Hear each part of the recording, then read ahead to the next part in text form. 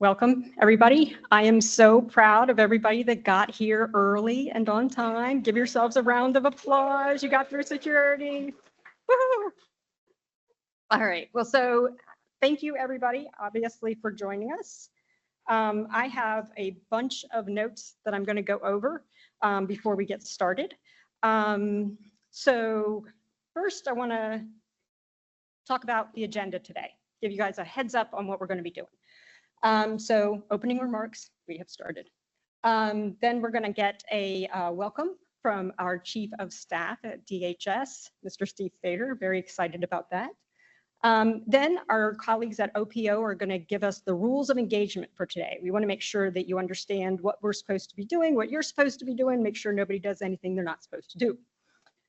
And then going to talk about what is the LRBAA. So obviously it's long range broad agency announcement. Hope you guys figured that part out already, but it's a little bit different than many other BAAs out there. So I want to give you more information about what makes it different. Then we're going to talk about how do the topics that are on the LRBAA get onto the LRBAA. So give you a little bit of history, which can help with understanding the best way to approach a submission. And then we're going to walk through the submission process in our portal. And one of the gentlemen on my team, Steve Pincus, who is very detailed, has done slides for us. So that should be very, very informative and make sure you know what you're doing as you approach our portal. Then we're going to take lunch. Now, you saw the security process to get in. That's the same security process to get back in. So there's, if anybody is not familiar with the area, you want to figure out where's a place to go and eat, we can help with that. I will say that you may want to head back. You can hang out in the cafeteria area. So you can grab something, come back early, eat it there. You're welcome to do that. When you leave this room, do not wander. I don't want anybody to get tackled by security. So please make sure you go straight out this door, you go to the left, and then you follow the directions from the folks that are providing it. Their bathrooms are across from the cafeteria area. So if you need those, you can go there. You're allowed to go to the bathroom. But other than that, please don't wander into other areas and get anybody in trouble. Okay. Let's see. Oh, and there's vending machines in the cafeteria. So if you're like me and live on junk food, then you can just hang out here, use your credit card and buy your lunch. All right, so after lunch, the good news is there'll be less of me and more of the folks that are knowledgeable about the specifics of the topics. So we're going to have 3 sessions, and we're going to break this room in half, and we're going to have 2 going on at each time. So we have one there talking about different topics. Then we're going to have a small break so people can go to the other room if they want, and then we'll have 2 more, and then a small break and go 2 more. After that, we're going to pull the wall back up, and we're going to get everybody back in here, so that you can hear from our colleagues at OPO again, Office of Procurement Operations, about what the process may look like if you successfully submit your submission to LRBAA and it gets potentially recommended to pursue an award. All right. I want to also, then we're going to be doing a Q&A. So I'm going to do a little bit of a spoiler here for the rules of engagement. I asked, they said it was okay. If you're interested in submitting questions during the event, we won't be taking any live. We want to make sure that we provide the most consistent and equitable ability for folks to hear information and engage. So you can go to pigeonhole.at and then the passcode STLRBAA 2024. That's where we're going to be getting the questions that you have, and we'll be collecting those throughout the day. We will be selecting some of those that we think are best to address live during the Q&A portion, and then none of the topic questions will be answered today. All the other questions that we don't answer today, we'll collect them, we'll answer them, and then Tisha will tell you what's going to happen with that. I don't want to ruin the whole surprise. All right, so there's that. So there's not going to be a test at the end of today, but we are going to use a lot of acronyms. So I thought I'd give you, you know, a little bit of a clue about some of them you may hear. DHS, Department of Homeland Security, LRBAA, Long Range Broad Agency Announcement, S&T. If you hear the term S&T, that is a Science and Technology Directorate. That is where the LRBAA resides within DHS. The Office of Industry Partnerships is the office in S&T that LRBAA is in. Office of Procurement Operations, which is the contracting folks. So that is definitely a term you'll hear because we have several folks from there. MCS, Mission and Capability Support Office. So we'll have some folks from there. PFM, if you hear the term PFM, that's Portfolio Manager. TCD, Technology Centers Division. SME, Subject Matter Expert. CBP, Customs and Border Protection. FLETC, Federal Law Enforcement Training Center. ICE, Immigration and Customs Enforcement. You are in an ICE room right now. TSA, Transportation Security Administration, FEMA, Federal Emergency Management Agency, USCG, United States Coast Guard, USCIS, United States Citizenship and Immigration Services. All right, so I've primed you, you're ready to hear some alphabet. If for some reason you hear an acronym and we haven't described it, feel free to tell one of the folks at the tables and we'll try to make sure that we can provide awareness for what acronyms are being used because we get used to using them, unfortunately, too often. All right, so I'm very excited. We'll be moving on now to our welcome. So I'd like to welcome up to the podium Mr. Steve Fader. So Mr. Steve Fader is a SES Senior Executive Service member. He serves as an advisor to the Undersecretary of S&T to provide strategy, organizational development, communications, and planning advice. He's also the Chief of Protocol to the DHS Secretary. But this third one I think is the most important one because he is in charge of operations and organizational needs for $1 billion directorate with 500 career employees. That's us, and he's in charge of making sure we don't do anything we're not supposed to do, and we have everything we need. So if you could all welcome him to the stage.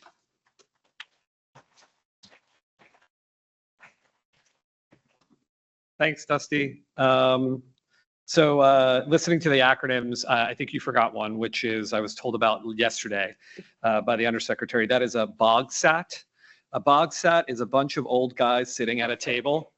And I asked we were in a meeting and we were talking about something and the Undersecretary said we should get a BOGSAT. And I was like, sir, I don't know that acronym. And he's like, it's a bunch of old guys sitting at a table. You sit around and go, listen, I don't know how we're going to answer this, but we need to get some of those older folks in the operation, get them at a table and just have them chat and let's see what comes out of it. So I don't know if we'll have a BOGSAT here today. I will also say that I've been at DHS for almost 4 years now. When I first started, it was like drinking out of a fire hose. I had started 2 weeks after the current secretary had come into office. This was at the end of COVID, or not the end of COVID, but we were getting acclimated back to coming into the office. Because it was a turn of administrations, there was very few staff in the office. And so we were doing a million things. So it was drinking out of a fire hose. People were using all these acronyms at me. I had not worked at DHS before. I'd worked in government and other ways. Anyway, if you really do, like me, I still get humbled on a regular basis on all the acronyms we have. In fact, I used to have a conference call where when people came on early, I would play a game called Name That Acronym, and I'd make up I'd have an acronym and I'd make up what it meant, and one of the options for an answer was the real one, and the rest were just jokes. But that is all to say that if you actually don't know an acronym and you don't feel comfortable enough, like me, sometimes to ask, we actually have if you do a search on Google, of course, there is a DHS acronym area where you can type in the acronym and it'll show you a whole list. P.S. I was told when that before Google, it was a printed document, there were over 600 pages. So that's how many acronyms. When you have 22 components in the third largest agency in government, that's what you're dealing with. But in any case, thank you for letting me take some of your time this morning. I first want to thank ICE for hosting this, especially Adrian Choice, Charles Reed, and Jenny Burke from the Office of Public Affairs. S&T works very closely with ICE. We actually have had some really amazing work that we've done recently with the Homeland Security Investigations Unit at ICE, HSI, something that actually the Undersecretary and the Secretary has mentioned on multiple occasions in the past year. We've worked on technology that goes after folks who exploit children internationally. And the technology we have created has already gone from work that would take an investigator over a year to go through and maybe one arrest to a week and several arrests. So that's just one example of some of the stuff that we're doing at S&T with some of our operational components. I also should mention before I get started that it's National Fentanyl Awareness Day. I think many of you, like me, have people in our lives who have been affected by fentanyl, and this day is an important reminder of that. DHS is taking a very strong approach to this, and I don't want to jump. No one tweet this out. It's not really crazy news, but DHS is going to be creating a website, a landing page directed just for fentanyl and all the work we're doing across components. S&T is very much a part of that fight. We recently were at the White House meeting with the Homeland Security Advisor to the President and the Department of Energy's basically FFRDCs, if you know what those are, using an acronym, to discuss what technologies are out there to combat both fentanyl coming into this country as well as the precursors to make it. So it's a great work, it's important work, and we are working very hard to stop fentanyl from coming in. So in any case, I want to mention, as now I look at my notes here, I want to mention, first of all, it is a beautiful day here in DC, and I know everybody is cooped up in this, we pulled the blinds and all that. But if you do have a chance to get out just for a few minutes and then go through a crazy security procedure to come back in, I highly suggest it. For some of you who may be visiting from outside of DC, we don't normally get a day where there's no humidity and no mugginess. So take advantage of it. So it looks like we have probably close to 100 people here in this room. We have probably close to 700 coming to us virtually. So welcome for those of you who are coming in virtually. So as Desi mentioned, I'm the Chief of Staff for S&T. So the Undersecretary I mentioned earlier, he was planning to attend, and unfortunately he had a conflict. So you got me. But I am very honored and grateful to step in today to have the opportunity to highlight the importance of the LRBAA. On a side note, I was going to say LRBAA, and I asked a couple friends of mine in the office, and they were like, no, don't do that. That doesn't, it sounds like a new drug for, like, I don't know, one of those, weird names that they have for the latest drug that's coming out. But we will call it LRBAA, don't worry. So today, across all discussions, we're going to look to address the questions of why the LRBAA and why and how does this important business tool matter, especially in today's rapidly changing world. If you take nothing else away from today, know that your participation is critical and your feedback, insights, and questions add value to our research, development, testing, and evaluation process. As a member of an organization that serves as the research hub for the third largest agency in government, 265,000 employees, we know we can't do this work alone. We must be building partnerships and pushing the boundaries of new ideas to operationalize technologies for DHS, first responders, and the government as a whole. A little bit about S&T. We are tasked with defining problem sets, aligning scientific and technological advances, and developing solutions that reduce risk, enhance decision-making, and boost mission effectiveness. We have a lot of talented staff with various backgrounds to help meet the mission, but we don't know it all. This is where you play an important role. Our mission is a huge responsibility, which is why we turn to people and organizations such as yours to help us meet this task. Help us think out of the box. Introduce us to new thinking and new solutions for the problems of today and for the future. Now, before we get started, it's important to note We are not here today to ask you to sell us your existing technologies. Sorry about that.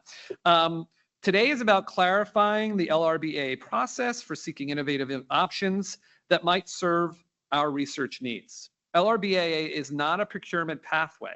It's a flexible business tool designed for the private sector in mind to bring forward new thinking to solve complex challenges and potentially pursue the research and development of those ideas. Now, many of you are here today to learn about LRBAA for the first time. Welcome. And whether you saw this announcement come through your inbox, or maybe because your supervisor directed you to be here, we get it, and we appreciate your engagement and participation. So we have a great lineup of speakers today across the department. You will hear from topic managers, evaluators, and other representatives. I should mention that one of the breakouts is to talk about the Screening at Speed program. I will mention I actually had the honor of seeing that in action. It's super cool. Well, let me say, I've seen one of the projects that Screening and Speed has worked on in person, and it's super cool. And that was in Las Vegas with the Undersecretary, where we showcased the next generation of TSA PreCheck. If you don't have TSA PreCheck, you really should have it. And I'm not just saying that because I don't get a cut from TSA, but as someone who travels a lot, it is a really great tool. And seeing what's next it was awesome. They had it set up. I think they just took it down, but for a while, any traveler while leaving Las Vegas could go through it if you had TSA PreCheck. So if you are interested in this, as some road warriors might be in the room, I was just checking out the Screening Speed program on our website and TSA's. I went off script, sorry. So we know you will have questions. Our team is available to answer those questions, whether we have a little booth outside after a program finishes, or of course online for those of you who are coming in online. So I've decided to bypass the rest of my stuffy speech, and I asked the team, what are some of the questions they think some of you may have? And I know there's a Q&A code for later, but for time purposes, I just kind of pulse them to think, as they've been doing this for a little bit, what are they thinking of some of the general questions we're looking at for S&T, DHS. So let's see, rapid change and more tools for customers and our operators. Can we talk, some folks may have some questions about that, and also maybe talk about, they asked me to talk about how the mission has changed for S&T and helping the department to keep pace. So I should tell you right now, this is really a pivotal moment for the department. Today's technologies are intertwined with the way the world is changing and will continue to shape where it's going in surprising ways.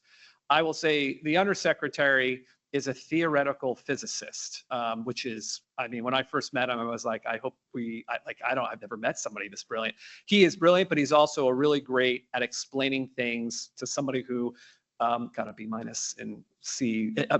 in high school in science class. But he would explain things and I completely understood, but he is thinking of the future. And he's also saying, and I think we've all felt this, that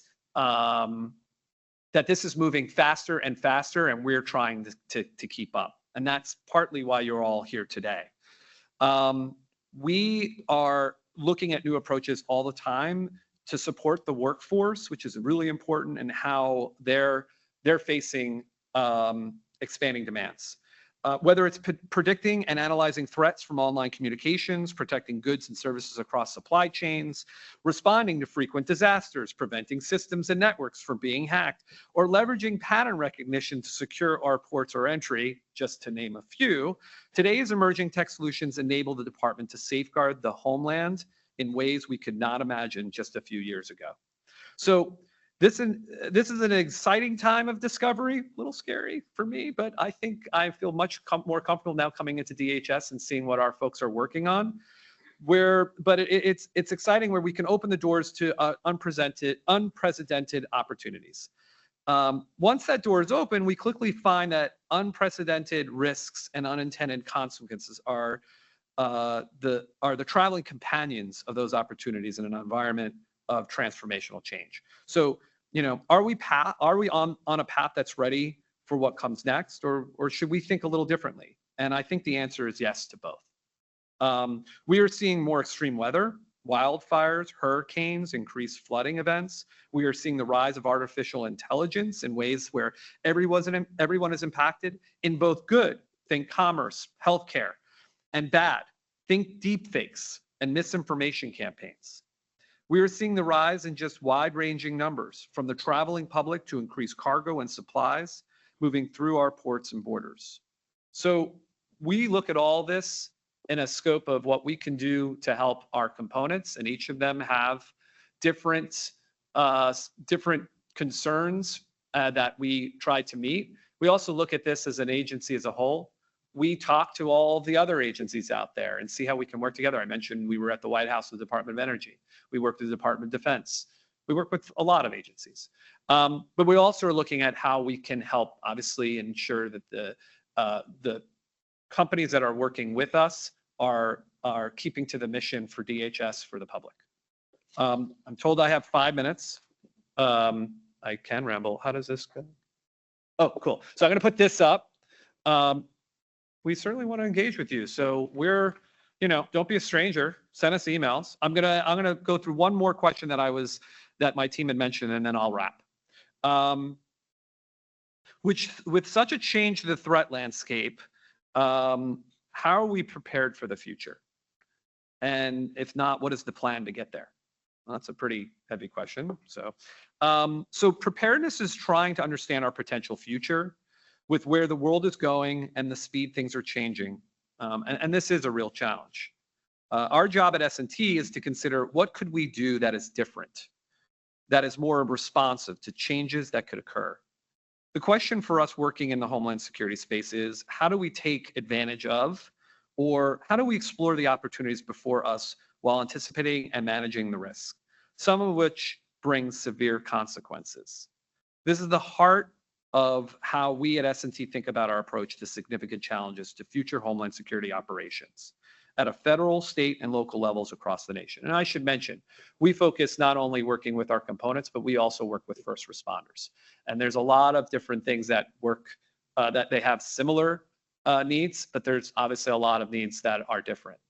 I should also mention that the Undersecretary, and I've been told since I've come in, is the first Undersecretary from a lot of our staff can remember who's willing to be more aggressive for the future, right? We certainly are meeting the demands of our operational components, but what does it look like in 5 years at DHS? What does it look like in 10 years at DHS? One of the examples the Undersecretary talks about is surging. If some of you are familiar with that term, when we have, a need for more staff, let's say at the border, we surge our workforce down there to help. But that's a Band-Aid, and we need to look at the long-term fixes for that. And what are they? And that's part of some of the things we look to the private sector, to our relationships with the universities and FFRDCs, as well as our partners in other parts of government. So if preparedness is something that has been a term that the Undersecretary has been using for over a year in all of his conversations, and if it is something that is of interest to you, he has put out a white paper on this, and something that is on our website. It's really interesting stuff. It goes through a lot of different, again, being a student in science in high school, and I found it quite interesting. It really shows you where his head's at, where he sees possibly the future of DHS and the work that we should be focusing on. So I think that's probably it for me. I certainly had a few more questions, but I think a lot of them will be addressed by the team here. And of course, if not, feel free to reach us at the email and go to our website. It really is an honor to be here today. I really appreciate your time and attention. Hopefully it's interesting. Hopefully we answer some questions, and most importantly, hopefully we get some really cool, creative, new ideas to some of the scope of projects that we're looking for assistance with. So thank you. Thanks again. Take care.